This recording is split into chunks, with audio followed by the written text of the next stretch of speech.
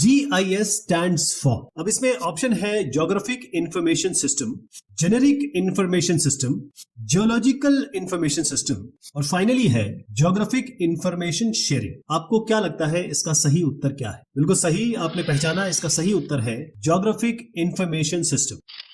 Geographic information system, पहली चीज तो ये ज्योग्राफिकल इंफॉर्मेशन सिस्टम नहीं है, ध्यान रहे ज्योग्राफिक इंफॉर्मेशन सिस्टम है। अब आप थोड़ा सा ये समझिए कि क्योंकि पहले बैंक क्या होता था, बैंक में आप लाइन लगाते थे, हाथ से काम होता था। आज से 20 साल पहले आपको पहुंचा रहा हूं, 20-25 साल पहले। लेकिन आज जो बैंकिंग है, आप यूपीआई का यूज करते हैं, सब कुछ ऑनलाइन हो गया है। तो ज्योग्राफी भी तो ऑनलाइन होनी चाहिए। तो जब ज्योग्राफी ऑनलाइन हुई तो इसके लिए बहुत सारे सॉफ्टवेयर बने और बनते बनते बनते आज हम उस सॉफ्टवेयर या उस सिस्टम पे पहुंचे हैं जिसको हम ज्योग्राफिक इंफॉर्मेशन सिस्टम कहते हैं। ज्योग्राफिक इंफॉर्मेशन सिस्टम इस तरीके से समझिए कि आपका ये मोबाइल है। अब इस मोबाइल में आप बहुत सारी ये चीज यूज करते हैं, यानी कि इसमें एक तो आपका ऑपरेटिंग सिस्टम होता है। ये मोबाइल खुद एक हार्डवेयर है और ऑपरेटिंग सिस्टम सॉफ्टवेयर है और हर काम करने के लिए आप इसमें एक ऐप डालते हैं, जैसे गूगल पे का ऐप हो गया, आपके गूगल मैप्स का ऐप हो गया, इस तरीके के ऐप होते हैं। तो ज्योग्राफिक इंफॉर्मेशन सिस्टम भी इसी तरीके से एक कंप्यूटर सिस्टम है, यानी हार्डवेयर की बात हो रही है। इसमें जब ये ऐप या फिर सॉफ्टवेयर आप डालेंगे, ये केवल मोबाइल की बात नहीं कर रहा हूं मैं, चाहे वर्क स्टेशन हो चाहे कंप्यूटर सिस्टम हो, उसमें आप ज्योग्राफिक इंफॉर्मेशन सिस्टम, जो कि एक्चुअली में एक सॉफ्टवेयर ही है, लेकिन इसको सॉफ्टवेयर नहीं कह सकते क्योंकि यहाँ पर हार्डवेयर की जरूरत पड़ती है। उसमें आप डेटा को एनालाइज कर सके, देख सके, उससे मीनिंगफुल इंफॉर्मेशन निकाल सके।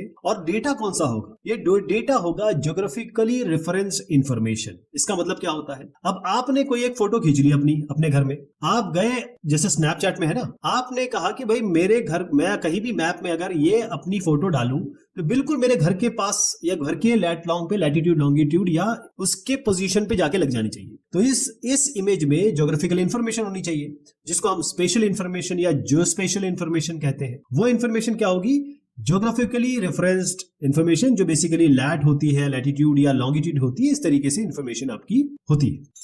तो जीआईएस में क्या क्या होगा? पहली चीज तो यह है कि हार्डवेयर और सॉफ्टवेयर दोनों की बात हो रही है, क्योंकि अगर आप बड़ा मैप, बड़ा इमेज हैंडल करना चाहते हैं, अच्छी तरीके से चीजों को एडिट, एनालाइज करना चाहते हैं, तो आपके पास एक हार्डवेयर होना चाहिए जिसके अंदर जो प्रोसेसिंग पावर है, ग्राफिक प्रोसेसिंग यूनिट है या डिस्प्ले है, वो बहुत अच्छा होना चाहिए। सॉफ्टवेयर में वो सारी चीज होनी चाहिए जो आप जीआईएस में करना चाहते हैं।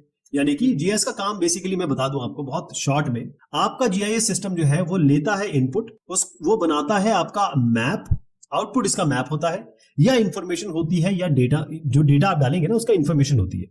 तो जो भी आप इनपुट करेंगे वो आउटपुट में आता है। तो ये जो पूरा सिस्टम है वो इंटीग्रेटेड कंप्यूटर हार्डवेयर या सॉफ्टवेयर सिस्टम होगा। अब इसमें मान लीजिए आप एक रॉ इमेज लेके आते हैं, यानी कि आपने फोटो खींची या फिर सैटेलाइट से कोई रॉ डेटा आया या फिर आपने एक फ्लो किया, यानी कि फ्लाई किया और फ्लाइंग से इमेज ले ली, ऊपर से हवाई जहाज से इमेज ले ली, जो बहुत हद तक यूज भी करते हैं, रिमोट सेंसिंग में बहुत ज्यादा यूज होता है वो। तो वो सारी आपने इमेज डाली, मेटा डेटा डाला, यानी कि डेटा अबाउट द डेटा, यानी ये जो डेटा आप डाल रहे हैं उसके बारे में इंफॉर्मेशन डाली। अब वो सब इसके अंदर जानी है, स्टोर होनी है, मैनेज होनी है, एनालाइज होनी है। यानी स्टोरेज, मैनेजमेंट और प्लानिंग तो एक ही चीज है। एनालिसिस का मतलब है कि उस डेटा से आपको कुछ इंफॉर्मेशन निकालनी है और अगर आपको लग रहा है कि ये जो लाइन है ठीक नहीं बनी, इसको काट दो, तो एडिट कर सकते हैं। अब सही जो प्रारूप बनेगा उसको आप मैप के तौर पे या बाकी इंफॉर्मेशन के तौर पे आउटपुट भी कर सके। और इंपॉर्टेंट बात यह है कि क्यों मैंने आपको बताया कि भाई रिमोट सेंसिंग भी इसमें बहुत इन्वॉल्व है। तो ये जो आप मैप इस पिक्चर में देख पा रहे हैं, इस लैपटॉप में देख पा रहे हैं, ये सारी विजुअलाइजेशन है। और किसकी विजुअलाइजेशन है? Geographic data. इसके नीचे बकायदा आपको लैटिट्यूड, लॉन्गिट्यूड, एलिवेशन, प्रोजेक्शन, ये सब दिखाई देगा।